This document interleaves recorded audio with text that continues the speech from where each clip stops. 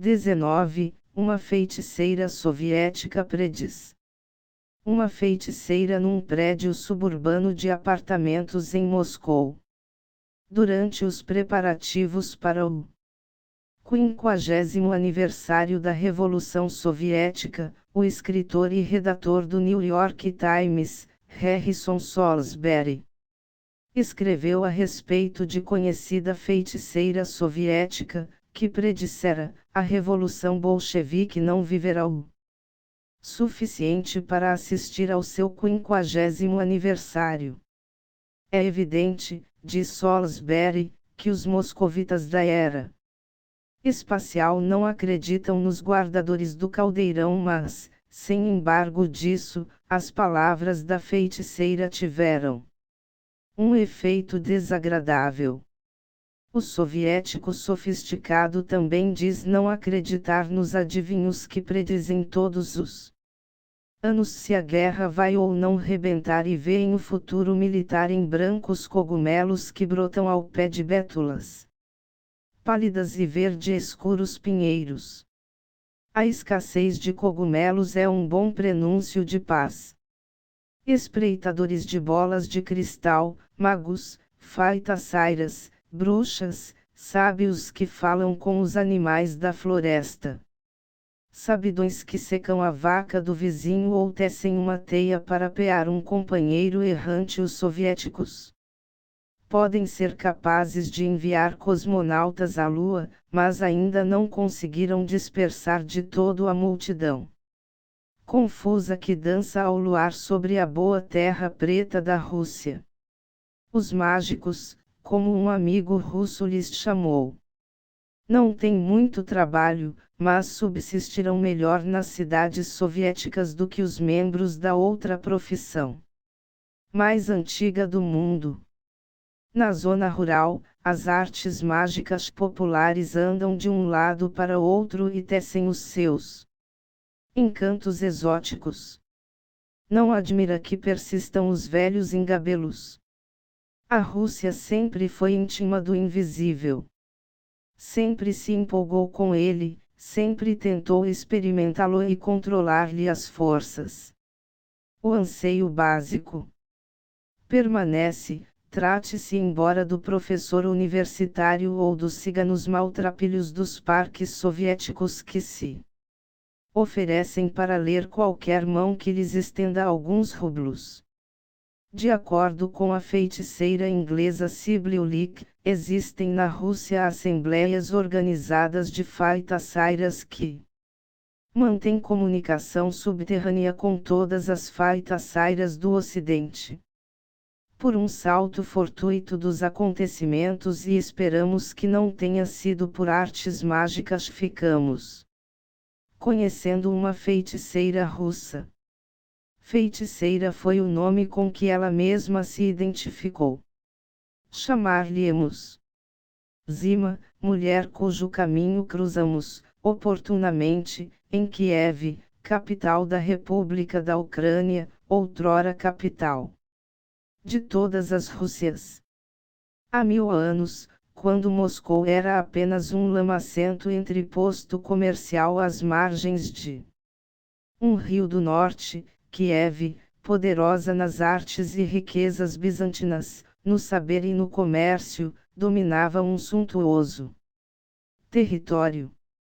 Há muito tempo desvinculada do poder, Kiev, hoje em dia, é uma cidade desafogada e graciosa, que no verão se converte em estação de veraneio, cheia de música. A nossa feiticeira concordou em encontrar-se conosco num parque entre as rochas que orlam o rio de Dnieper.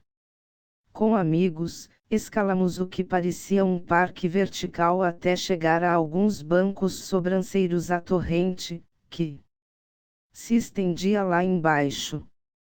Uma mulher esperava, sentada, num banco, com os cabelos trançados e presos num coque desluzido, envergando uma blusa e uma saia, sardenta e queimada do sol, mas parecia uma veranista de meia-idade, solidamente construída. Ah, estão aqui. Ela riu-se porque chegávamos bufando. Uma amiga russa ajudou na tradução e fomos apresentadas a Zima. Sou uma feiticeira, disse ela.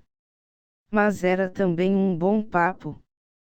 Na área do ocultismo, explicou, tivera algumas experiências quando criança. Entretanto, só aprendi a utilizar os meus poderes depois que cresci. Tudo aconteceu porque uma parenta minha, de quem eu gostava muito, ficou doente. Não apenas doente do corpo, ela estava totalmente arrasada. Parecia até incapaz de terminar a escola. Os médicos desistirão. Todo o mundo desistiu, suspirou Zima. Mas qualquer coisa me dizia que talvez as feiticeiras do campo, que possuíam os conhecimentos antigos, pudessem ajudar. Percorri as aldeias, através da Sibéria. Oh, exclamou, existe ali uma infinidade de feiticeiras e bruxos. Falei com todas as que encontrei. Comecei a aprender. Zima é de opinião que a sua viagem pelos antigos conhecimentos valeu a pena. Quando voltou à sua cidade com algumas poções e outros tantos conhecimentos, aparenta a quem ela tanto queria recobrou a saúde. Depois disso, Zima enveredou pelo caminho da feitiçaria, não por dinheiro, como muitas feiticeiras russas, mas para desenvolver os seus poderes. Zima tem instrução superior e, por estranho que pareça, trabalha num campo técnico. Um médico que era um homem muito culto me deu isto, disse ela. E exibiu uma admirável esculturazinha, cujas linhas pareciam crepitar de movimento, um objeto sagrado, que não pertencia ao cristianismo, mas a uma religião muito mais antiga. Era a sua ligação com um dos deuses. Um deus risonho. Muito poderoso. É através dele que recebo as minhas informações. Foi-nos permitido olhar, mas não tocar. Os deuses estão em toda a parte, contou-nos Zima. Umas poucas vezes pude vislumbrá-los no ar. São lindos. Muita gente não acredita que existam. Mas isso não tem importância. Eles estão aqui. Zima emprega o símbolo para unir-se ao seu Deus e tornar conscientes as suas impressões psíquicas como a médium de Washington, Jean Dickinson, emprega uma bola de cristal e os médiums mais propensos à tecnologia olham para uma tela vazia de TV em minha mente. Zima, contudo, ouve muito mais do que vê as suas informações. Mas agora já sou capaz de ver imagens do futuro na água. Imagens paradas.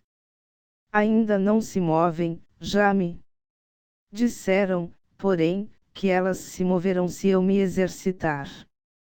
As suas previsões são precisas ou lhe acodem em forma de símbolos. Às vezes, vêm simbolicamente. Não sei porquê, mas sempre que vejo soldados com uniformes das guerras napoleônicas, é sinal de que há morte no meio. Entramos a fazer conjecturas sobre a reação de uma feiticeira russa à parapsicologia. Encararia ela tudo aquilo como uma brincadeira de crianças, um recém-chegado. Zima a achava formidável. Lira a respeito do médium Karl Nikolaev. Já não é sem tempo que os cientistas comecem a investigar. Se ao menos tivessem principiado um pouco mais cedo, o pessoal não sacudiria a cabeça quando eu via coisas. O pessoal parecia significar, em particular, os parentes de Zima, muitos dos quais eram membros do partido. A inclusão de Zima na família, com todos os seus deuses, devia ser para essa gente motivo de grandes dores de cabeça. Minha família também me chama de feiticeira, mas para dizer que sou louca. Meu primo fica danado da vida. Zima riu-se, balançando o corpo para a frente e para trás. Ele chegou a rasgar um material de ocultismo que eu estava estudando e vi quando tentou jogá-lo pela privada. Mas tenho mais. É por causa dele que estou tão interessada nessa nova ciência da parapsicologia. Assumiu de repente um ar solene. Que dirá ele? Quando a ciência provar que se podem ler pensamentos e ver o futuro. Hein? Perguntou, dando uma cutucada numa das nossas companheiras. Assim, pode ser que eu não esteja tão louca. Os errados talvez sejam eles. Rematou, prazenteira outra vez. Estaria disposta a responder a algumas perguntas que lhe fizéssemos sobre o futuro. Ah, fez Zima, chupando os lábios como se estivesse realmente experimentando a ideia. Sim, está. Bem, assentiu, finalmente, tirando de novo a esculturazinha da bolsa bordada com cores vivas. Perguntamos o que aconteceria na eleição presidencial norte-americana. Estávamos no dia 6 de julho de 1968, havia mais de 5 semanas que não recebíamos notícias dos Estados Unidos, a não ser a do assassínio de Robert Kennedy. Com os cotovelos nos joelhos, Zima concentrou-se nas linhas rodopiantes do seu símbolo. Ele diz que a América marchará para a direita. Você quer dizer que os republicanos vencerão, ou o quê? Silêncio. Zima ouviu outra vez. Ele está repetindo que a América marchará para a direita. E é a única coisa que a salvará. A América será salva. As coisas, ali, provavelmente vão piorar, mas ainda será melhor, muito melhor do que qualquer outro lugar. É difícil decidir o que quer dizer direita no dicionário de um antigo deus risonho ou no de um cidadão soviético, mas como não se aventou nenhum sinônimo, a nossa pergunta seguinte foi sobre o problema racial. Ficará mais calmo, disse ela. Os tumultos diminuirão, mas mesmo assim haverá uma luta muito forte. E o Canadá? O Canadá se cindirá. Será dividido. Mas o povo não sentirá muito. E os problemas do mundo? A China quer ser amiga da América. Vocês podem não acreditar nisso agora, mas ainda hão de ver. A Rússia e a China ficarão mais separadas, muito mais do que agora. É, disse ela, com um largo sorriso, ele diz que, um dia, a Rússia e a América serão amigas, um dia. Aqui na Rússia, prosseguiu, em tom mais sombrio, as agitações estão chegando. Poderão durar até uns 15 anos. Depois disso, muitas das novas ideias que hoje estão sendo ventiladas terão uma oportunidade. Compreenderemos melhor o poder da mente. Daqui a 15 ou 20 anos a parapsicologia será importantíssima. Muitas pessoas que estão hoje nesse campo, ocuparão cargos elevados. As massas na Rússia não terão permissão para ler o seu livro sobre ESP. Mas uns poucos escolhidos verão e lerão. Zima fez algumas predições pessoais a respeito do nosso próprio futuro. Previu também um acidente meio exótico, pouco comum, que envolveria uma amiga nossa e que subsequentemente se verificou. Chega, chega, disse Zima. Minhas amigas aqui me fariam falar a noite inteira. Não sei se o que acabei de dizer está certo ou errado. Vocês terão de verificar. Aliás, o que me espanta é que o Deus tenha concordado em falar comigo. Hoje de manhã eu estava muito perturbada. Aconteceram coisas desagradáveis. Geralmente, nesses casos, não recebo nada durante dias e dias. Mas hoje nadei bastante e a água sempre me ajuda a afinar-me outra vez. Teremos de esperar para ver se foram corretas ou não as predições de Zima a nosso respeito, visto que elas só estão programadas para acontecer daqui a alguns anos. Quanto às predições sobre acontecimentos internacionais, manda a justiça que se diga que carecem um pouco dos elementos de cultura que lhes teria acrescentado um vidente ocidental. Os soviéticos só recebem fragmentos infinitesimais de notícias a respeito dos acontecimentos mundiais ou mesmo dos movimentos do seu país no cenário internacional. Depois que Zima fez as suas predições no verão de 1968, realizaram-se as eleições presidenciais nos Estados Unidos e, como todo o mundo sabe, elegeu-se um presidente republicano.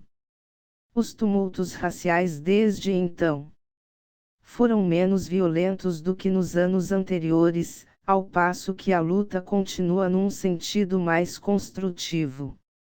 No panorama internacional, a China, pela primeira vez, estendeu alguns tentáculos na direção do Ocidente e preparou-se para estabelecer relações diplomáticas com o Canadá. Só vários meses depois de havermos encontrado Zima tiveram os russos as primeiras gotas de notícias sobre refregas com os chineses nas fronteiras orientais. As informações chegaram como um tremendo choque para o cidadão soviético comum. A partir de então, o conflito ao longo da fronteira sino-soviética piorou, com recontros que se espalharam desde o ponto mais oriental de Khabarovsk até a Ásia Central. No interior da Rússia, a propaganda antiquinesa se tornou virulenta e o governo proibiu as audições da rádio de Pequim em território russo. A China desencadeou uma campanha anti-soviética total. Parece que a predição de Zima de que as coisas na Rússia se agravariam começou a confirmar-se. Meses depois do nosso encontro com ela, os neo-stalinistas voltaram ao poder, expurgaram-se os liberais de posições importantes, os poucos dissidentes que falavam sem rebuços foram mandados para campos de trabalhos forçados.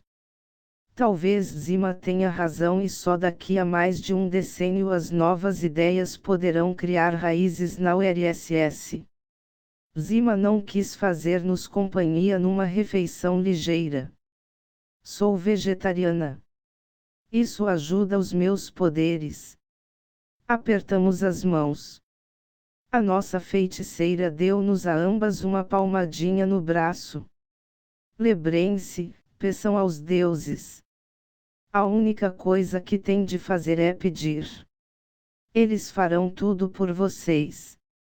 Depois, afastou-se, perdendo-se no meio da noite, enquanto as suas sandálias matracolejavam pelo caminho íngreme. Seja ela o que for além disso, Zima é uma mulher imensamente atraente, excêntrica, individualista, de espírito curioso, voltado para todas as direções, e transbordante dessa humaníssima simpatia com que muitos Russos nos envolvem. Curadores populares. Como Zima, as feiticeiras sempre tentaram predizer o futuro. Infinitamente mais fascinante para a maioria dos russos, contudo, era a ideia de que a feitiçaria poderia trazer-lhes um futuro cheio de rublos, prenhe de amor. O que era ainda mais importante, extraordinariamente saudável.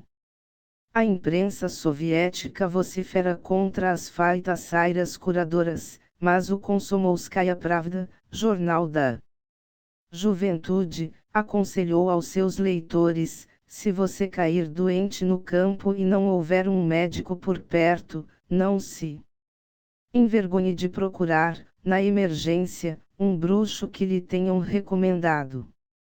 O conselho talvez não seja tão mal assim. Preparando os seus remédios, as feiticeiras russas elaboraram extensa farmacopeia popular que a ciência soviética está começando a estudar em seu próprio benefício.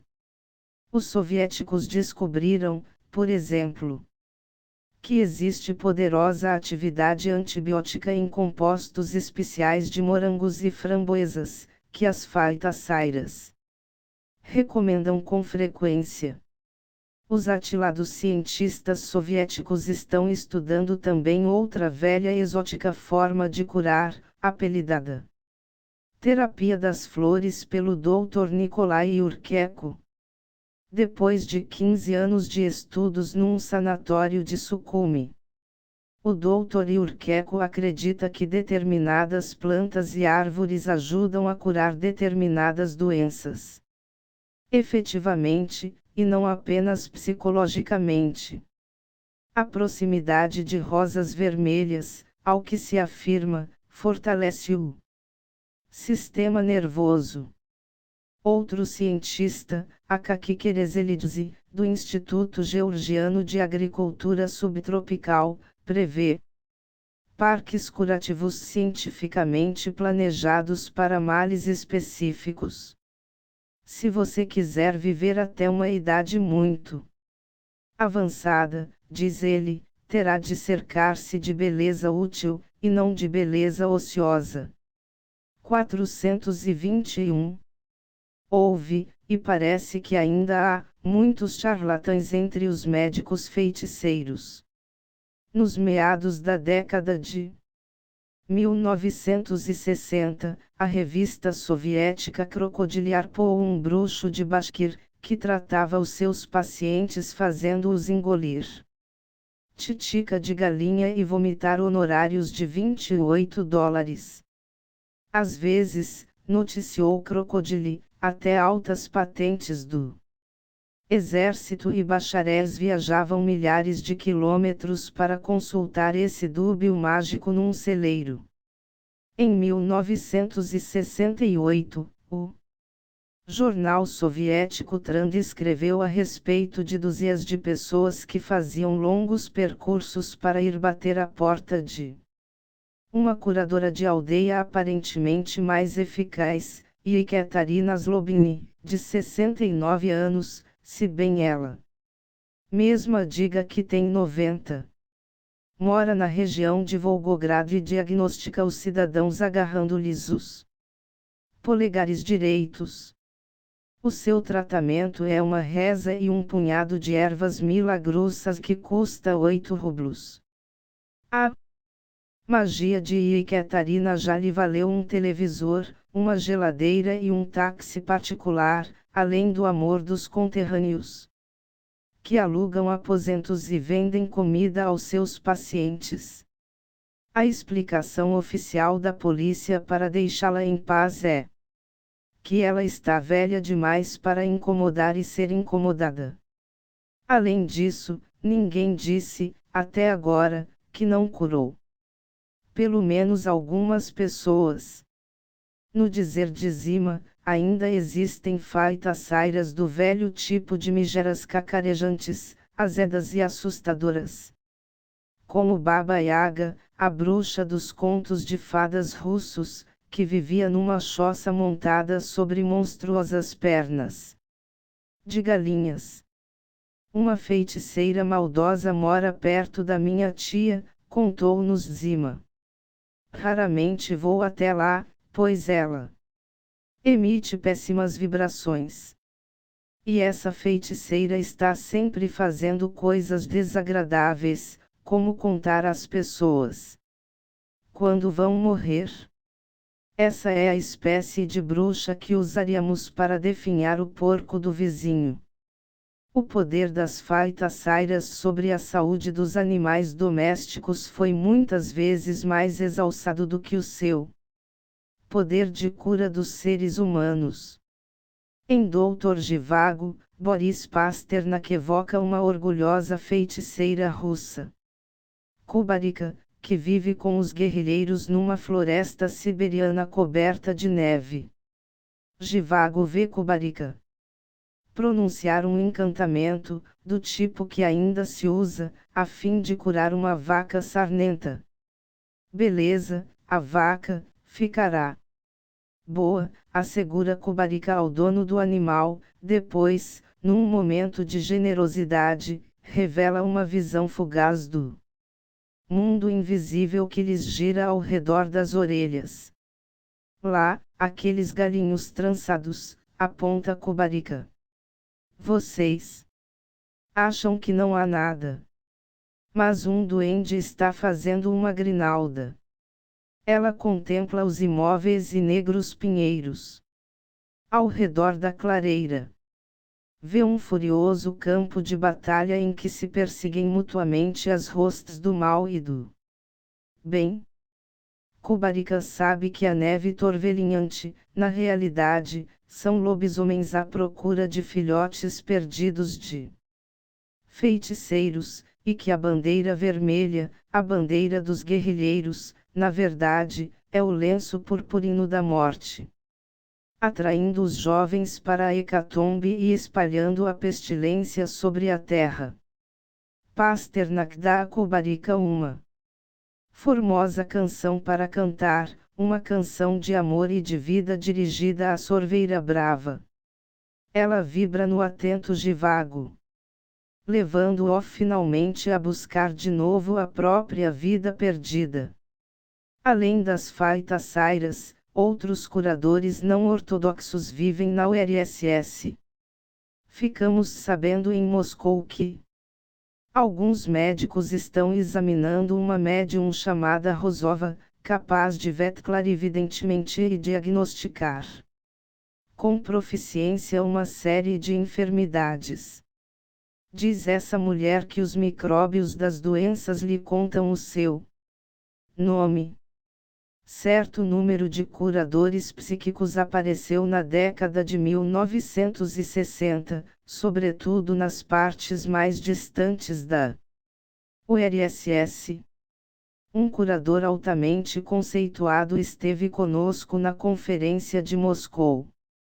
Ele tem bem mais de 90 anos, murmuraram, insistentes, os nossos amigos soviéticos, embora o homem aparentasse, quando muito, 65.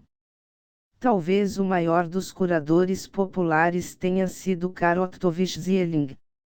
Um homem de cabelos brancos, como a lua, que lhe chegavam até os ombros, barba, bondosos olhos azuis, e um rosto inteligente, concentrado. Foi como um contemporâneo o viu nos anos 30. Os doentes acorriam de todas as partes para serem diagnosticados e tratados por Zieling na longínqua cidade siberiana de Tamsk. Um cientista descreveu-lhe o trabalho. Zieling, um homenzarrão bem apessoado, estende a mão. Nada sabe a respeito do paciente, que está inteiramente vestido, não obstante, a sua mão pesquisa com facilidade, circulando acima do corpo. O senhor extraiu o apêndice, diz Zieling. É verdade. Ontem foi o meu primeiro dia depois da operação, responde o paciente com um largo sorriso. pessoas doentes, entram na sala, uma depois da outra. Zieling faz o diagnóstico de cada uma, dá a cada uma o método exato de tratamento. Segundo um pequeno grupo de dedicados biologistas, Zieling diagnosticava qualquer coisa. Estendia as mãos sobre ovos. Macho. Fêmea. Invariavelmente, diziam os cientistas, conhecia o sexo do pinto não nascido. As suas manoplas oscilavam sobre fotografias encobertas de pessoas. E ele sempre conseguia identificar-lhes o sexo. Zieling, que deveria ter a aparência de um eremita siberiano de antanho, reviveu algumas das mágicas lendárias dos espelhos. Ele era capaz de dizer corretamente aos cientistas o sexo da última pessoa que se mirara num espelho pendurado na parede. Antes dos grandes expurgos do fim da década de 1930, o talentoso siberiano, ao que se afirma, ensinou a ler com as mãos alguns cientistas que tentavam medir as energias vivas provenientes do curador. E eles concluíram que o seu dom era a radioestesia. 31. Zieling costumava carregar um prisma. Olhando no seu prisma triangular, ele via alguma coisa que ninguém mais podia ver, o tempo que faria no dia seguinte. Recorda um dos cientistas, muitas vezes, enquanto caminhava pela varanda, o misterioso velho perscrutava o seu prisma e dizia: o azul está aumentando. Vai chover. Ele acertava sempre. De uma feita, Cara exclamou: azul. Acaba de saltar, abrupta, repentinamente. Há um grande aumento. Leiam os jornais. Deve ter havido, em algum lugar, uma erupção vulcânica. Logo depois os jornais noticiavam violenta erupção vulcânica no Oceano Pacífico. Um membro, hoje idoso, do Círculo de Zieling disse recentemente: estudar a radioestesia quando nós a estudamos era perigoso. Caçavam-se pesquisadores como se caçam feitiçeiras. Num golpe selvagem, desferido na época do culto da personalidade, isto é, durante o regime de Stalin, Carl Zieling foi assassinado em 1937. Um cientista sobrevivente, que trabalhou com o curador, acredita que Zieling será reabilitado como um dos primeiros e conceituados praticantes da radioestesia médica, uma nova área de pesquisa. Comentário do mesmo cientista sobre o sistema curativo de Zieling. Ele nos conduziu a novas e extraordinárias ideias sobre a natureza da vida, particularmente sobre a natureza energética do pensamento, ideia que nos levam tão longe que ainda temos receio de expressá-las. Uma estufa sobrenatural. Desde o princípio, as autoridades soviéticas foram, literalmente, caçadoras de feiticeiras. Tanto quebravam a espinha dos ocultistas úteis e dos místicos religiosos, quanto abatiam os impasters e gananciosos. Não é tão difícil assim compreender, em parte, a desapiedada oposição dos primeiros soviéticos a tudo o que parecesse, de um modo ou de outro, aliado ao sobrenatural. A velha Rússia não era apenas um viveiro de crendices, era também um jardim botânico de 10.000 quilômetros de superstições.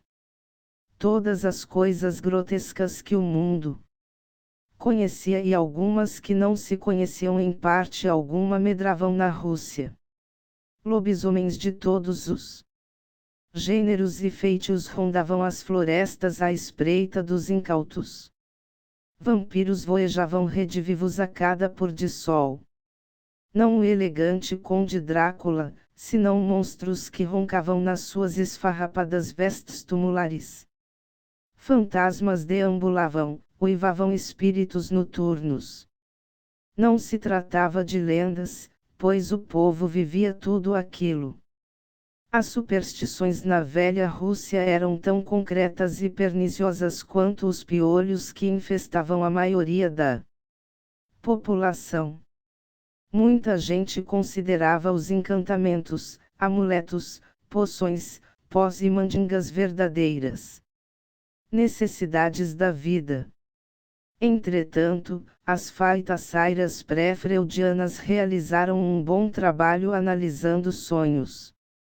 Em lugar de ficar vendo televisão, as vovozinhas atiravam em água pedaços de cera quente e viam o futuro quando eles endureciam.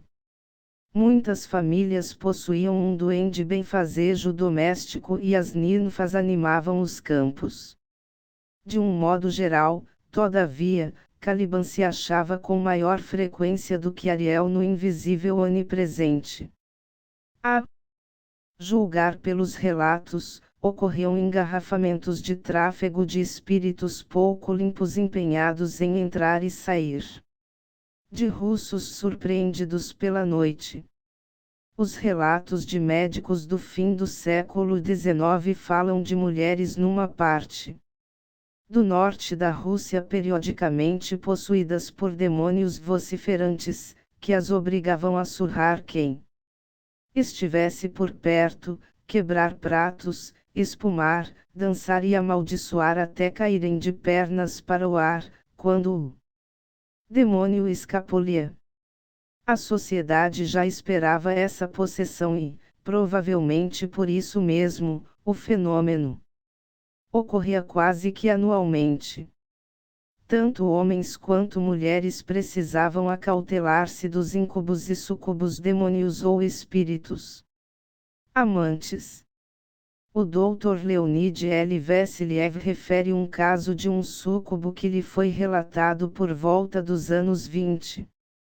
Entre mentes, milhares de truãos erravam pelo país, venerados pelos camponeses, pelos fidalgos e até pelos bispos. Quase sempre idiotas infelizes, os seus conselhos eram solicitados pelos grupos mais elevados. Muitas vezes esses desgraçados tinham um discípulo que lhes interpretava os balbucios para os não iniciados e faziam a coleta das oferendas agradecidas. Ramos estagnados da própria igreja promoviam a crença em diabos e trasgos e davam origem a estranhos cultos masoquistas e aos mais singulares arroubos de êxtase religioso. Uma dama aristocrática se tornou conhecida pela sua santidade porque desmaiava sempre, em êxtase divino, quando a preposição de era pronunciada em determinada parte da missa. Tentando jogar uma ou duas tábuas por cima do pântano no fim do século XIX, Alexandre Aksakov, homem culto, viajado, conselheiro do czar, veio a ser o primeiro pesquisador psíquico da Rússia. Foi ele quem levou o famoso médium norte-americano D.D. Rome a São Petersburgo em 1861. Norte-americanos e ingleses discutiam teologia, metafísica e até teorias sobre a eletricidade para explicar os poderes de Rome. Os russos, porém, chegaram a conclusões muito mais sólidas. Espalhou-se a notícia de que Rome adquiria os seus poderes, dormindo todas as noites numa cama cheia de saudáveis gatos pretos. Alexandre Aksakov, que se acabou tornando espiritualista, realizou inúmeras pesquisas interessantes e inteligentes, como Pierre Janet na França, Frederic Myers na Inglaterra, William James nos Estados Unidos. Aksakov ajudou a dar forma a um novo campo de estudos. Infortunadamente, ele ainda é tabu em seu país e está totalmente esquecido fora dele. Talvez por ser russo, parece ter se envolvido num número muito maior de acontecimentos psíquicos do que os seus colegas europeus. Durante uma sessão, 5 pessoas viram quando uma das suas médiums se evaporou, sumiu, da cintura para baixo. 264 segundos se diz, isso perturbou tanto a médium que ela se recusou, durante 2 anos, a participar de qualquer sessão. Produziu-se também uma situação típica de Lolita. O espírito de uma menina, reza a história, materializou-se e foi violentamente atacado por alguns velhos sujos num canto escuro da sala em que se realizava a sessão. Multidões de outros russos cultos apreciavam experiências mais usuais, com pancadas na mesa, clarividência amadora, e testes de precognição. Com o seu pendor para as coisas do outro mundo, a Rússia inclinou-se naturalmente para o espiritualismo quando este apareceu no fim do século XIX. O próprio Tsar Alexandre III estabeleceu um contato discreto com uma das irmãs Fox, nos Estados Unidos, em torno das quais se fundou o movimento espiritualista, pedindo-lhe que determinasse o dia mais propício à sua coroação. Pouco antes da Revolução, havia no país, devidamente catalogados, 12.000 círculos espiritualistas organizados. Pode um jovem russo tendo apenas a ESP do transbordante e efervescente sobrenatural da velha Rússia sairão os 2 ocultistas mais famosos e poderosos dos tempos modernos, Rasputin e a senhora Helena Blavatsky, que atearam vigorosamente as paixões e acicataram os instintos de controvérsia dos contemporâneos. O Hareish ou Eldar do ocultismo russo, Rasputin, saltou de uma choça na Sibéria para as salas incrustadas de tesouros do Senhor Absoluto de todas as Rússias. Como tinha a família real sob o seu jugo, de corpo e alma, muitos julgaram que o hipnótico monge Rasputin acabou governando o Império Russo. E havia também Madame Blavatsky. Helena Blavatsky, maior, mais ousada e mais brilhante que a própria vida, não se capta facilmente num volume. Criança ainda, foi encontrada muitas vezes hipnotizando pombos na torre da sua casa de campo. Jovem médium, quase deu com os costados na cadeia quando ajudou a polícia russa a resolver um caso de assassínio. Como poderia saber tanta coisa se não estivesse envolvida no caso? Madame Blavatsky, porém, era capaz de fazer quase tudo. Fugiu do marido antiquado para trabalhar num circo montando cavalos em pelo, lutou, vestida de homem, sob as ordens de Garibaldi, abandonada no campo de batalha quando todos a supunham morta, recuperou-se e tornou-se modista em Boston. Nessa ocasião fundou a Sociedade Teosófica. Madame Blavatsky levou o seu séquito cada vez maior à Índia, onde os seus poderes psíquicos atingiram a perfeição. Era capaz, segundo se dizia, de fazer surgir no ar suaves perfumes e frutas frescas. Percorrer o mundo todo em seu corpo astral, e, o mais importante, comunicações das pessoas realmente extraordinárias que haviam deixado este mundo, os grandes mestres do ocultismo, da tradição hermética. Alguns a tinham na conta de uma impostora, outros a julgavam autêntica, mas todos concordavam em que ela nunca era a mesma. A conclusão mais recente a seu respeito é que Madame Blavatsky possuía grandes poderes psíquicos. Mas não titubeava em recorrer a alguns truques quando a corrente psíquica falhava. Muito mais importantes do que os seus talentos teatrais são os 2 enormes livros que escreveu, Isis sem véus e a Doutrina Secreta. Aparentemente, os mestres a ajudaram a desvelar nessas obras os sutis conhecimentos preservados desde a antiguidade e que logo renasceriam no mundo. Madame Blavatsky cobriu mundos dentro de mundos. Os seus conterrâneos estão começando a investigar, à sua maneira, as áreas que ela tocou. Antes de morrer, em 1891, M.A. D. Blavatsky fez uma predição sobre a sua terra natal, quando a Inglaterra deixar de carregar a tocha da democracia, da Rússia virá a maior civilização que o mundo já conheceu. Os xamãs e a dança do sobrenatural.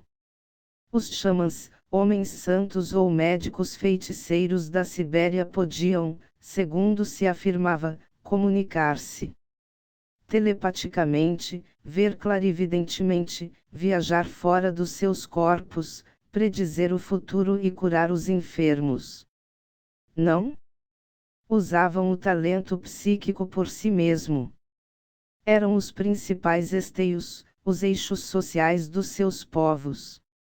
Como o seu talento poderia significar a vida ou a morte da tribo, a sua posição não era levianamente assumida.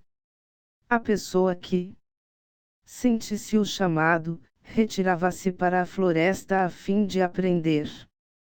Periodicamente, o aprendiz era submetido a exames extremos. Empurrado através de um buraco feito no gelo de um rio siberiano, recebia instruções para subir à superfície muitos metros adiante, rio acima.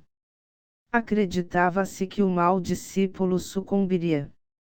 Precisaria de poderes supernormais para sobreviver. Acreditava-se também que o perverso, não podendo atingir o conhecimento mais elevado, seria reprovado nos testes finais.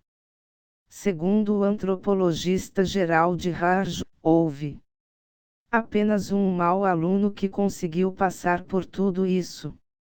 Assassinou o guru no meio do curso e pôs em ação seu poder para expandir-se em outros sentidos. O seu nome era Gengis Khan. Os xamãs tomavam drogas e entregavam-se a danças sagradas para chegar ao transe psíquico. O fogo ardia. Soavam os tambores, o xamã dançava cada vez mais depressa, até desmaiar. Os cânticos e o bater dos tambores lhe devolviam os sentidos e o xamã voltava a dançar, a saltar, a pisotear, num frenesi, até que o corpo cala ao chão e ele, expectante, partia para o mundo do invisível. A dança com a finalidade de chegar aos poderes psíquicos difundiu-se por outros lugares da Rússia. As feiticeiras rurais frequentemente se entregam a uma dança lenta, que as ajuda nos seus encantamentos. Rasputin, produto híbrido do xamanismo e do misticismo cristão, era famoso pela capacidade de dançar freneticamente a noite inteira. Terminada a função, estava eufórico e os seus espectadores, exaustos. Há outro russo que também parece haver saltado para o terreno psíquico através da dança, Nijinsky, o grande Nijinsky. Os espectadores mais exigentes de Paris deixavam-se ficar sentados, olhando, quando as cortinas se abriam e, de repente, uma forma humana se erguia no ar, cintilava e rodopiava de um lado para outro do palco, deslumbrando-os, empolgando-os, como um verdadeiro Deus com asas nos calcanhares. Até os críticos disseram que Nijinsky nunca sala do palco como os outros bailarinos, parecia subir, flutuar e desaparecer atrás das cortinas. As pessoas que trabalhavam com ele notavam uma coisa nos seus saltos, que o público nunca observou. Não é que ele suba mais alto, disse alguém, é que ele desce mais devagar. Em seu livro, Entre Dois Mundos, o psiquiatra Nender Fudor menciona uma entrevista com sua amiga íntima, Ramala, esposa do bailarino Nijinsky. Disse ela, nunca compreendeu por que outros dançarinos não conseguiam permanecer lá em cima como ele, por que não podiam também controlar a velocidade da descida. De uma feita, Ramala observou a Nijinsky, é uma pena que você não possa ver-se dançando.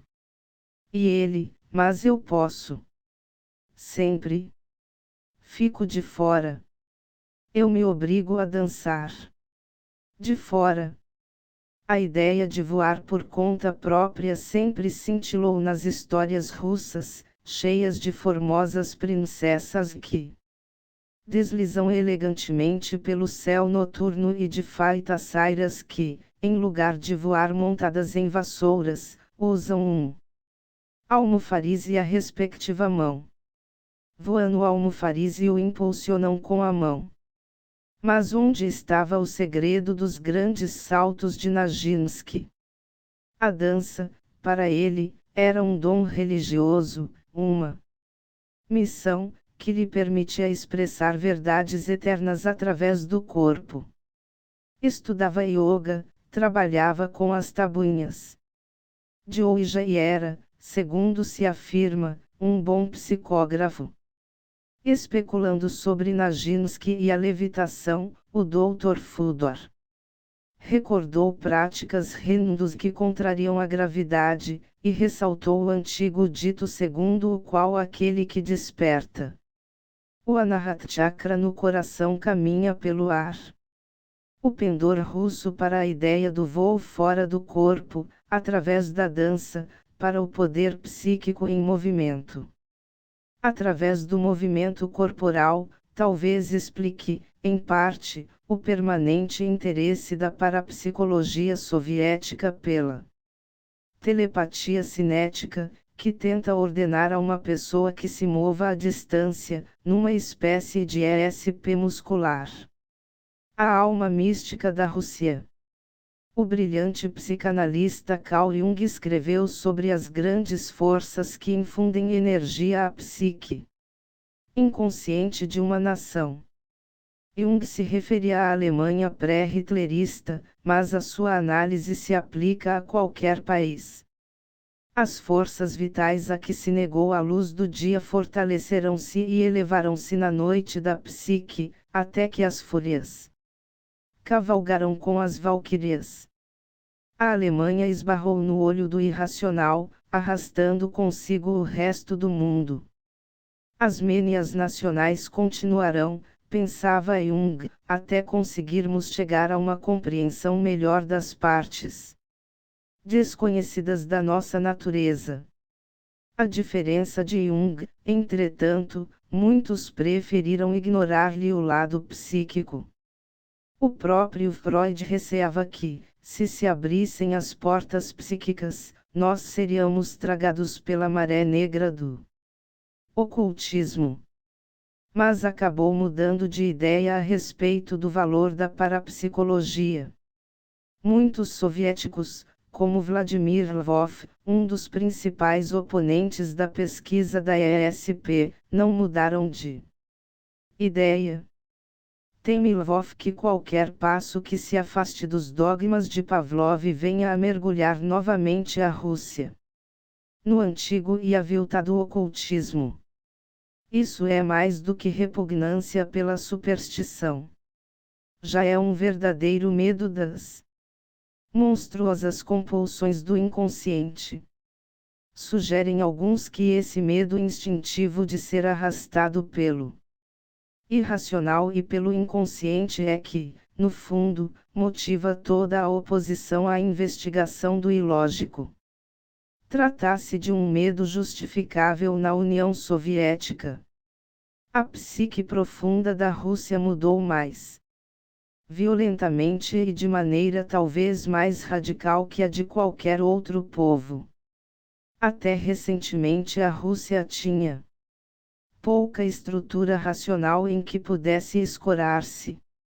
Era o caos inconsciente, capaz de gerar um Ivan, o terrível, que um dia, por capricho, manda matar 10.000 pessoas e atirá-las ao rio até quase poder atravessá-lo sobre os cadáveres, um Ivan que passa o dia seguinte na igreja, batendo no peito, genuinamente arrependido dos seus pecados, um Ivan que, no outro dia, volta a mergulhar no sangue.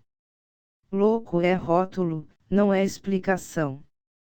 Exatamente como maluca era o apelativo conveniente para as feitiçairas rurais que, de vez em quando, viam clarividentemente o que estava acontecendo na aldeia mais próxima.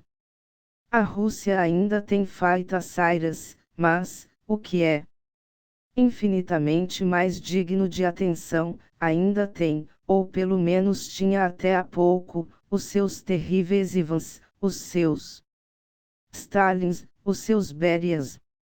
A parapsicologia soviética, com as suas máquinas de EEG, a sua teoria da informação, os seus jovens e imaginativos cientistas, está começando a sujeitar os velhos poderes invisíveis das feiticeiras.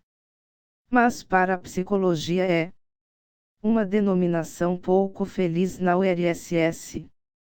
A diferença do que acontece no Ocidente, os seus investigadores quase não curam de psicologia e isso suscita pontos de interrogação, como os cogumelos brancos ao pé das bétulas e pinheiros. Se eles finalmente aceitarem um nível do invisível e não outro, deslocar-se-ão os russos das inconscientes manipulações das corujas e cabos de vassoura para as conscientes manipulações de Fausto.